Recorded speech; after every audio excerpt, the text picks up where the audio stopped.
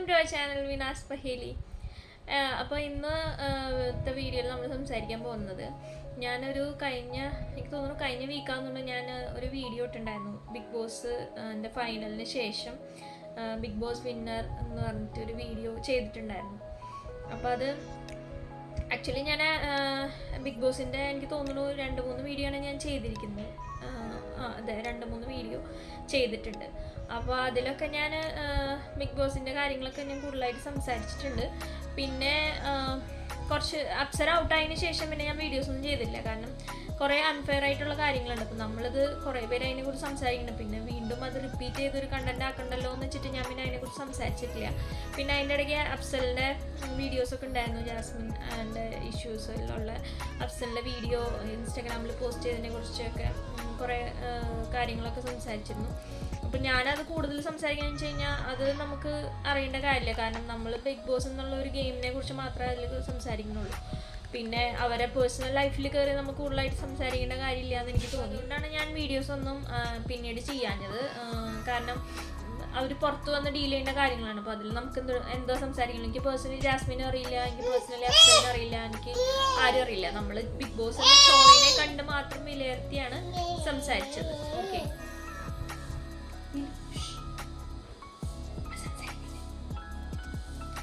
Okay അപ്പോൾ പിന്നെ എനിക്ക് അപ്പോൾ ഞാൻ പറഞ്ഞു വന്നത് ആ വീഡിയോ ഞാൻ ചെയ്ത ആ വീഡിയോൻ്റെ താഴെ കുറച്ച് കമൻസ് വന്നിരുന്നു. അപ്പോൾ ഞാൻ ഒട്ടും പ്രതീക്ഷിക്കാതെ ആണ് അങ്ങനെ കുറച്ച് കമൻസ് ഞാൻ കണ്ടത്.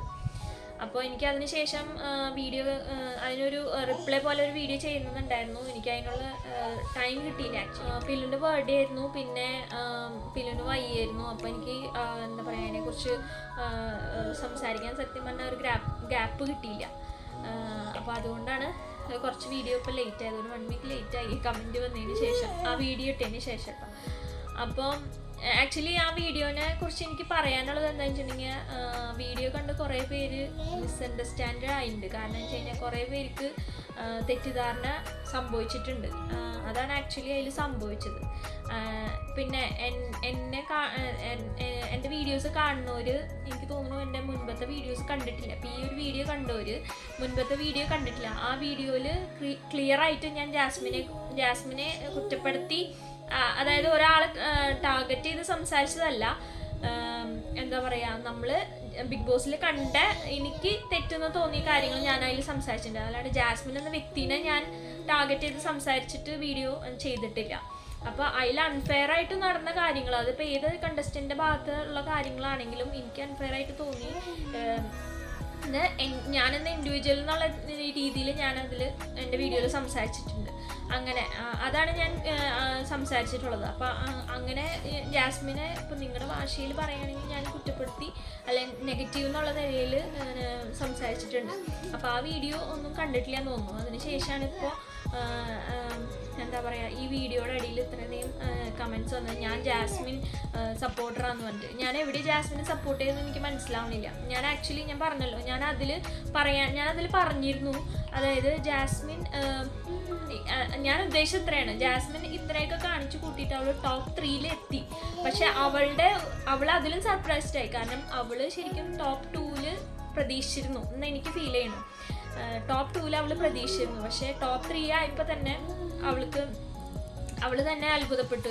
ടോപ്പ് 3 എന്താ പറയുക എത്തിയുള്ളൂ എന്നുള്ളതിൽ. ടോപ്പ് 2 അവൾ മോഹൻലാൽ സാറിൻ്റെ അപ്പുറത്ത് വരുന്നതാണ് അവളുടെ ഒരു പ്രതീക്ഷ എന്നാണ് എനിക്ക് ഫീൽ ചെയ്തത്.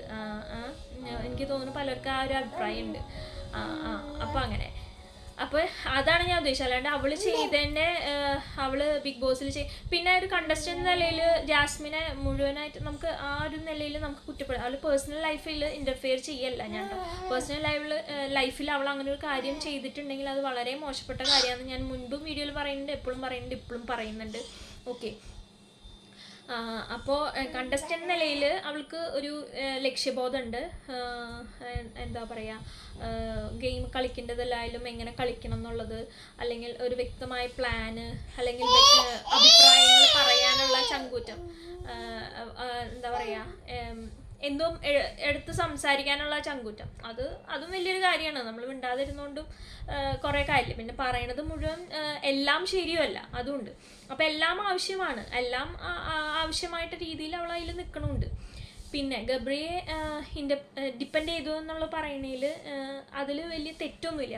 പക്ഷേ ഒരാൾ ഇമോഷണലി വീക്കാകുമ്പോൾ ഇപ്പോൾ ആരായില്ല, ഇപ്പോൾ നമ്മളൊന്നും വലിയ എന്താ പറയുക, ഭൂരിഭാഗം ആൾക്കാരും അത്ര വലിയ സ്ട്രോങ് ആൾക്കാരൊന്നും ആവില്ല. നമുക്കും ആരെങ്കിലും ഇമോഷണൽ സപ്പോർട്ട് ഉണ്ടാവും. അപ്പോൾ അതുപോലെ അവൾക്ക് അവിടെ സർവൈവ് ചെയ്യാനായിട്ട് അവൾ ഇമോഷണൽ സപ്പോർട്ട് തേടി. അത് ഗബ്രിയായിരുന്നു.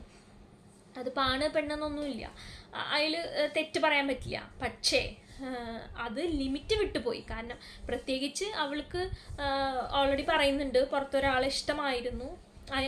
അപ്പോൾ അതിൻ്റെ ഇടയിൽ ഇവിടെ പറയുന്നുണ്ട് ഫ്രണ്ടാന്ന് പറയുന്നുണ്ട്, പിന്നെ പറയുന്നുണ്ട് അത് പ്രണയത്തിലേക്ക് പോകണില്ല എന്ന് പറയുന്നുണ്ട്. അപ്പോൾ ആ ഒരു കൺഫ്യൂഷൻ വന്നപ്പോഴാണ് ആ ഗെയിം ബോറായത്.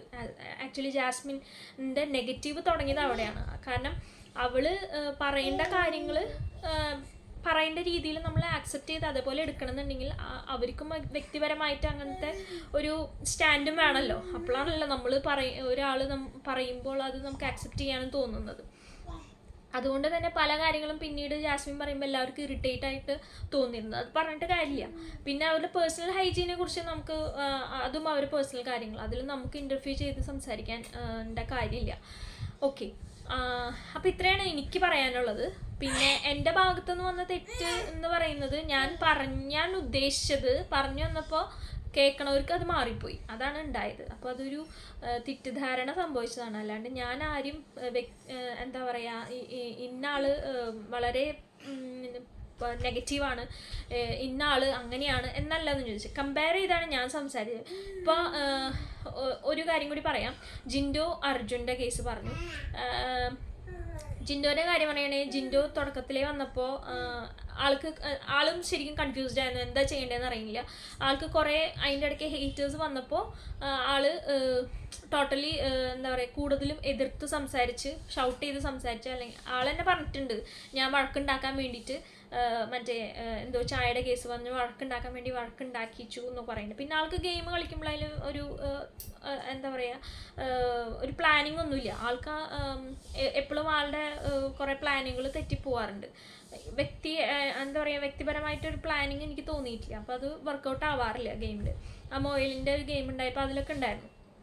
ഓക്കെ, അപ്പോൾ പക്ഷെ അർജുൻ എന്ന് പറഞ്ഞു കഴിഞ്ഞാൽ, അർജുൻ നമുക്ക് അറിയാം ഫുൾ നീറ്റാണ്, പെർഫെക്റ്റായിട്ട് എനിക്ക് ഫീൽ ചെയ്തിരുന്നു. അപ്പോൾ അതുകൊണ്ടാണ് ഞാൻ കമ്പയർ ചെയ്ത് പറഞ്ഞത് ജിൻഡോനേലും കുറച്ചും കൂടി ഡിസേർവ്ഡ് അർജുനാണ്. അത് വെച്ചൊരു ജിൻഡോ ബാഡ് പ്ലെയർ ആണ് എന്നുള്ള അർത്ഥമില്ല.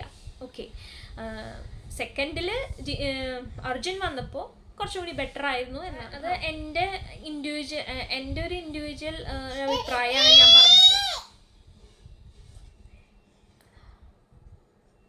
അപ്പോൾ എൻ്റെ ഒരു ഇൻഡിവിജ്വൽ അഭിപ്രായമാണ് ഞാൻ പറഞ്ഞത്. അതിന് ഒരാൾക്ക് തെറ്റ് പറയാൻ പറ്റില്ല. കാരണം എന്താണെന്ന് വെച്ചിട്ടുണ്ടെങ്കിൽ എല്ലാവരും എല്ലാവർക്കും ഡിഫറെൻ്റ് ആയിട്ട് ഇൻഡിവിജ്വാലിറ്റിയിൽ അവരുടേതായ അഭിപ്രായങ്ങളുണ്ട്. അപ്പോൾ അതിനെ നമുക്ക് തെറ്റ് പറയാൻ പറ്റില്ല. ഓക്കെ, അപ്പോൾ ഈ കമൻറ്റ് കണ്ടപ്പോൾ എനിക്ക് ഭയങ്കര എന്താ പറയുക, എനിക്ക് തോന്നി, ഞാൻ അതിനെ പോസിറ്റീവായിട്ട് എടുത്തത്. തെറ്റിദ്ധാരണയാണ് സംഭവിച്ചെന്നുള്ളത് ഞാൻ എടുത്തിട്ടുള്ളൂ. പിന്നെ എനിക്കൊരു കാര്യം പറയാനുള്ളത്, ഇപ്പം എനിക്കും അറിയില്ല, നിങ്ങൾക്ക് എന്നെയും അറിയില്ല. പേഴ്സണലി തന്നെ ഞാൻ പറയുന്നത് കേട്ടോ.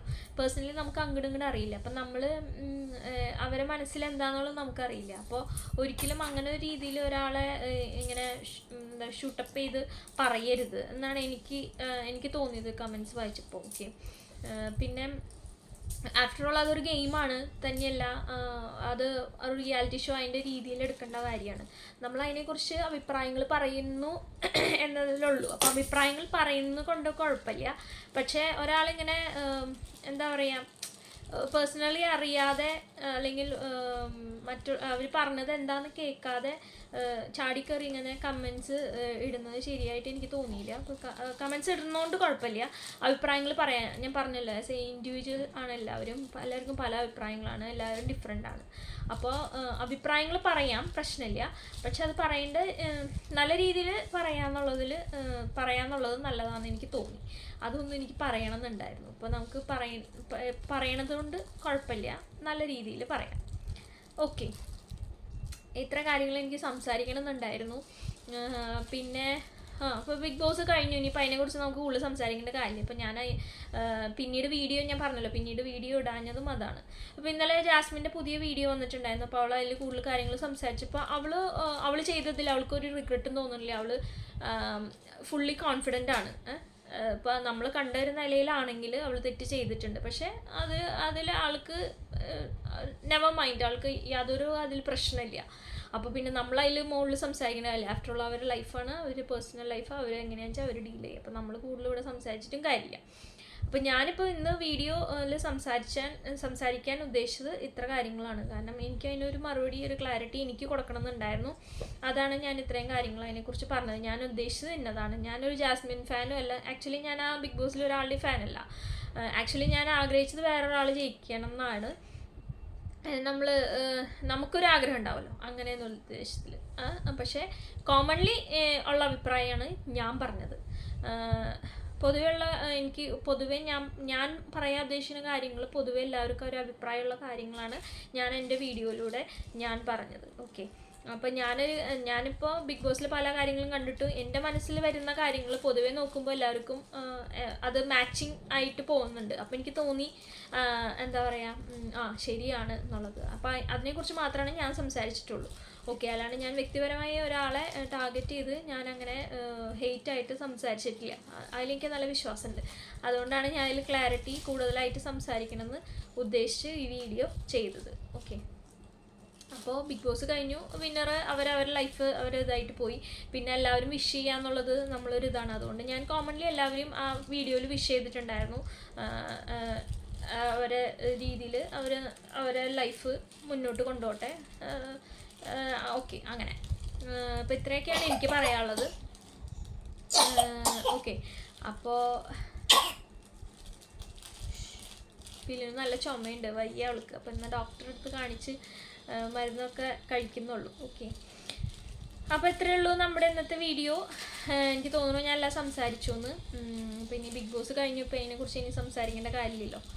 ഓക്കെ, അപ്പോൾ ഇനി നമുക്ക് നല്ല വീഡിയോസ് ചെയ്യാം. അപ്പോൾ എൻ്റെ വീഡിയോസൊക്കെ കാണുക, സപ്പോർട്ട് ചെയ്യുക. കൂടുതൽ എന്തെങ്കിലും വെറൈറ്റി ആയിട്ടുള്ള എന്തെങ്കിലും വിഷയങ്ങളെ പറ്റി സംസാരിക്കാൻ ഞാൻ ശ്രമിക്കാം. അപ്പോൾ അങ്ങനെ, അപ്പോൾ നമുക്ക് വീണ്ടും നല്ലൊരു വീഡിയോ ആയിട്ട് കാണാം. ഓക്കെ, അപ്പോൾ എന്നും പറയുന്ന പോലെ ലൈക്ക് ചെയ്യുക, ഷെയർ ചെയ്യുക, സബ്സ്ക്രൈബ് ചെയ്യുക, നമ്മളെ സപ്പോർട്ട് ചെയ്യുക. Okay, by.